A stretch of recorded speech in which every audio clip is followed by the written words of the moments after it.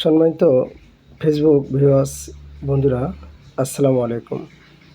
আজকে আমি আপনাদের সামনে একটি বিষয় তুলে ধরব যে যারা সরকারের প্রতিনিধি, বিশেষ করে member, chairman, mayor, commissioner, MP, যারাই সরকারের প্রতিনিধিত্ব করে, এই প্রতিনিধিত্ব কী জন্য করে এটা আজকে আমরা যারা প্রতিনিধি হই তারাও জানি না। যদি জানতাম তাহলে কখনোই আমরা মেম্বার, চেয়ারম্যান, কমিশনার, এমপি হতাম না।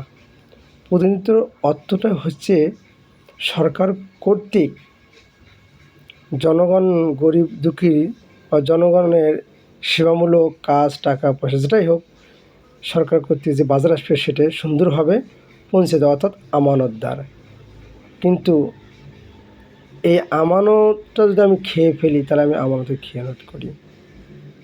তাই আমি যারাই আমার এই দেখতেছেন এই ফেসবুক, তাদেরকে আমি বলবো যে আমরা যারা প্রতিনিধিত্ব করব, আমরা নিজেকে প্রশ্ন করি, নিজের বিবেককে প্রশ্ন করি, আমি কতটুকু আমানতদার, আমি কতটুকু হক আদায় করতে পারবো।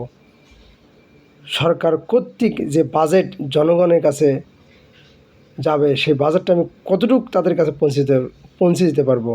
এটা যেমন সত্য, ঠিক এই জন্য যে কাল কিয়ামতের দিন কঠিন জবাব দিতে হবে, সেদিকেও দৃষ্টি রেখেই আমরা অবশ্যই mayor, commissioner, member, chairman, MP, যে যে পর্যায়েই সরকারের প্রতিনিধিত্ব করি না কেন, তা অবশ্যই আমাদেরকে লক্ষ্য রাখতে হবে।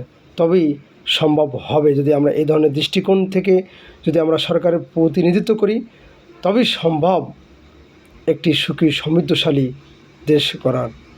তাই আসুন, যাদের ভিতর পূর্ণ অঙ্গ আমানতদারি পাবো, আমরা শুধু তাদেরকেই আমরা সরকারের প্রতিনিধিত্ব পারবো। আল্লাহ তাআলা আমাদেরকে সকলকে তৌফিক দান করুন। আমিন। আসসালামু আলাইকুম ওয়া রাহমাতুল্লাহ।